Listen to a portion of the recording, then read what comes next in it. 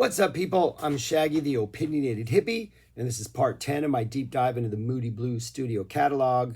Um, this one has been absolutely amazing, this 10th album.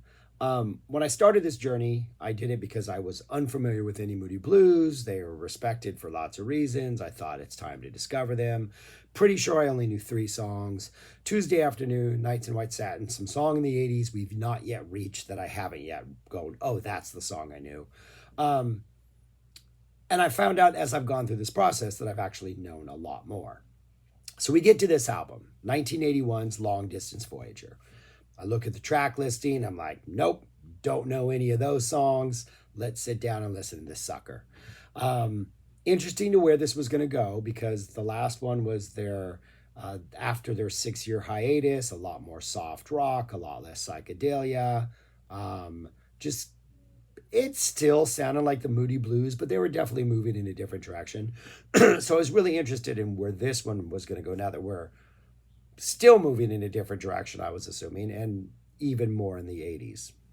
So we get, I put this on, opens up with about, 30 seconds of like noise, like atmospheric noise, maybe some symphonic stuff. I'm thinking, all right, maybe we're returning to that early 70s vibe. And then the song drops. It's the song The Voice. And immediately I'm like, I know this song. And I used to love this song. When I was a kid, absolutely, when this came on the radio, turned it up. I don't think I ever knew it was the Moody Blues. Maybe I did. I think maybe it was just some random late 70s, early 80s soft rock type pop group. I was only 10 or 11 when this came out, so it's not like I was buying albums yet. It would still be like a year or two before I was actually thinking of purchasing stuff. So it never affected me in that way. But absolutely love this song. Then I realized as I'm listening to it again, probably have not heard it in decades, that I still love this song and that this thing is an absolute just soft rock, hook laden, just banger. We're winning so far on this, their 10th album. We get to the second song, Talking Out of Turn, and nice little elements to open up, but we definitely are going to like this airy, fluty, that kind of folky, psych, soft rock vibe where I'm like, okay, maybe not as interesting. But then as the song kind of keeps going on, I'm picking up just so many layers of just interesting stuff that is going on in this song, like 7+ minutes. Over here in the headphones and like the back left corner, there is this really awesome synth keyboard sound that keeps repeating that's really cool. Later on in the song, this guitar keeps going on. And as I'm listening to this song and just kind of the layers, as it just kind of steadily develops, and by the time the song finishes, I'm realizing, and this is my theory right here, is that The Voice and Talking Out of Turn, the 2 songs on here, if you were to take these 2 songs and sort of put them in a blender and take the results, that's kind of the entire career of the War on Drugs. And I'm saying that as a compliment because I love the War on Drugs. And I actually found out I love these first 2 songs on this album. But just sort of, the War on Drugs remind me of like a sound mixing program, like Audacity or something, where like I can just see like the song play out. We're like, all right, this is the first 30 seconds. Now we're going to add something here. Now we're going to add something here. And you can just see these layers that just move in this like linear fashion, but each layer enhances the experience and builds on the song. And that's 100% what Talking Out of Turn is. Talking Out of Turn also, I think this is the one that has, is this the one that has the melodic intro that like sounds like something else, but I can't quite figure out what it is? Yeah, the verses in this sound like another song, I think, or they're so well hook written from the beginning that I immediately am like comfortable with it. Either way, by the end of Talking Out of Turn, by the end of like 13 minutes of this album, 2 songs, I'm all in. I am loving this. Then we hit Gemini Dream. And the first what is it? 1 minute of Gemini Dream is probably the worst music I've heard from the Moody Blues thus far. Very 80s electronic production, very catchy, cheesy pop, like from a one hit wonder that maybe splashed on MTV for a year and then disappeared. Sounds like they're trying to sound like ELO, especially when those vocals drop. It's like, okay, another Turn to Stone or Hold On Tight to Your, something like that. That kind of, that driving ELO rhythm where I'm like, okay, it's cool that they're tapping into ELO, but it's interesting that this is the vibe they chose to like follow. And it's like, I don't enjoy it. Like the first minute of this is kind of cringe. Then at almost exactly the 1 minute mark, I realize that in writing this song, they must have had a conversation where they're like, hey, what if we wrote a song in which we kind of paid tribute to all of Electric Light Orchestra's sort of vocal tendencies and tempo changes and the cool things they do? Because at the 1 minute mark, there is this sort of melodic vocal sort of turn that 100% reminds me of ELO. And then they continue to ELO-fy this thing for the remainder of the song. They even return to that opening groove, which makes much more sense once you get those other ELO things. This is like ELO candy. It is like a pixie stick of ELO greatness. And by the end of the song, I realize I know this song too. I definitely remember this from the radio. And I honestly thought this was ELO. And then at the time when I was 10 or 11, I didn't know their deep cuts. I eventually became a huge ELO fan, and if this had popped up on the radio now, which I don't listen to, I would be like, oh, that sounds a lot like ELO, but knowing it's not. Or I would think it was like a B-side or something I never uncovered. But it's great. It's cheesy. The production on the first minute I don't like. I don't like the 80s techno sound, or not techno sound, but like electronic production. Just don't like it. But I really do like the song. Fourth song, this is the fourth song on side A, is In My World. Nice, like strumming acoustic, kind of building energy. Really long song, 7:22. And the first 4.5 minutes is kind of just this really kind of gentle, kind of pulls you in acoustic type ballady song. Then at 4:45, for about 2 seconds, there's a fake ending. The song stops. We get silence. And then the song resumes pretty much exactly the same. But the last like almost 3 minutes, it's just instrumental. A guitar comes in and plays this really nice dramatic solo, really tasty. And by the end of this 7.5 minutes, I'm like, yeah, I'm all in on this song too. This is a great song.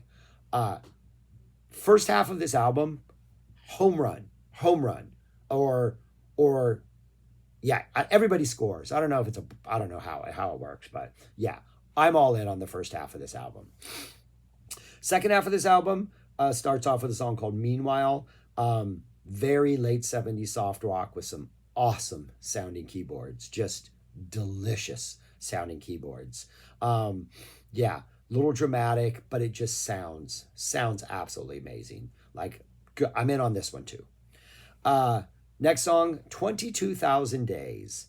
This is almost like a weird new wavy, darkish art rock type little number. Some really kind of cool keys, kind of just a little weird kind of groovy vibe that works 100%. It's kind of like a lightly stomping rock energy, but definitely not too aggressive, more like a art rocky, prog rocky, just low key stomp and simmer.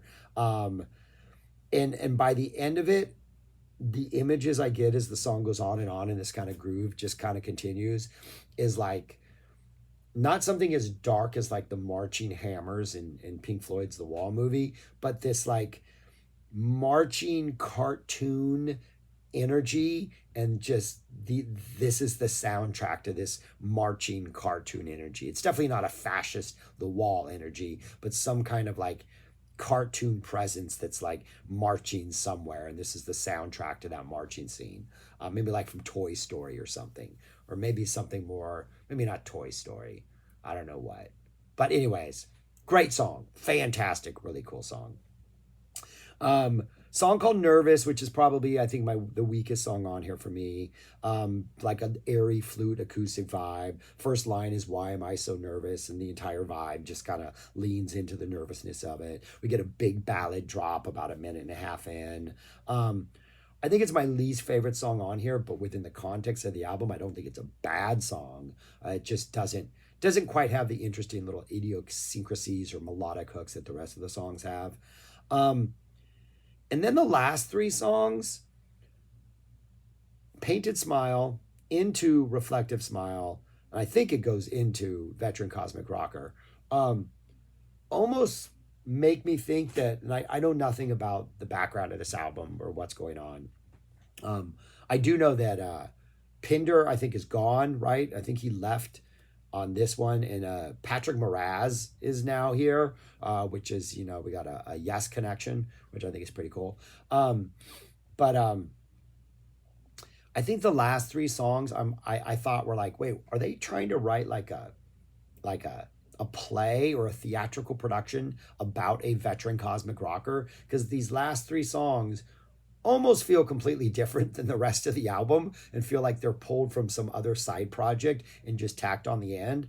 But the album has been so all over the place weird to begin with that it works. Painted Smile. I think the first lines are like, I can sing, I can dance, or I can see, I can dance. It's this really kind of show tune music that I kind of don't like the first couple times I heard it, until I realized that it goes into the next song and it kind of feeds into the last song. The next song is Reflective Smile, which is like some weird like circus organ music with like a narration that goes on. And then that goes into Veteran Cosmic Rocker, which just has this big rock intro into this really awkwardly funky rock groove that sounds like it's a musical production for a play called Veteran Cosmic Rocker, and we're being introduced to the Cosmic Rocker for the first time. And I wouldn't be surprised if Meatloaf was slated to play this person with, obvious Rocky Horror Picture Show connections. That's the vibe I'm getting from this song.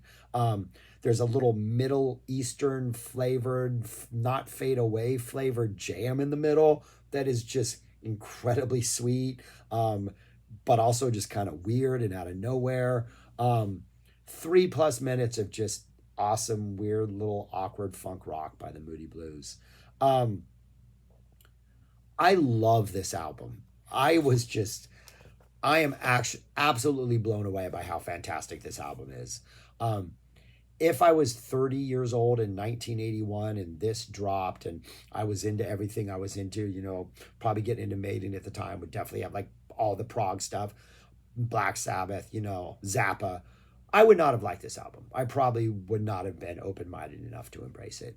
But in my 50s now, with all of the history of music behind me that I'm able to listen to, still they aren't aware that punk exists or that disco exists. This still exists in this really weird Moody Blues world of soft rock and a little bit of psychedelia and a little bit of prog. But I love this album. And I'm really interested in your response, because one that I was not the biggest fan of was Seventh Sojourn. I don't know why I can't say that. I wasn't the biggest fan of that. I liked parts of it, but I didn't rank it that high. And there was a number of people in the comments that were like, oh my gosh, this is my favorite. This is my favorite. This is my favorite. And that was cool. I appreciate that. I'm really interested in what the Moody Blues fans and experts have to say about this, because I do know there were at least two hit singles, The Voice and Gemini Dream. I know from the radio. So I know this got radio play. But I'm interested in generally how it was regarded, because I think this is a fascinating album, and it's a lot of fun. I probably was listening to it on loop for like a day as I was working yesterday. On the way to work, I listen to it. On the way home from work, I have a couple breaks on Fridays when the kids are doing other things. Listen to it on my break. Love this album. So really interested in what other people have to say about it. And The Voice, that's such a fantastic lead-off track. But yeah, those are my thoughts on this. Oh, where would I rank this among the others? I have it up at number 2. It's making a big jump. I still think To Our Children, Children's Children, just something about the era, the ambition of that album all around. I think I'm going to still keep that one at number one, though I reserve the right to move all of these. I'm also thinking Days might slip in a couple days. I'm going to revisit that and see how I feel. But yeah, really, really, really enjoying this. But this one absolutely blew my mind and surprised me. I absolutely loved it. Um, and at one point, I think it was maybe it was before Seventh Sojourn, which was the first album I kind of didn't like. Um, Everything else was getting good rankings. I still think it's a good album.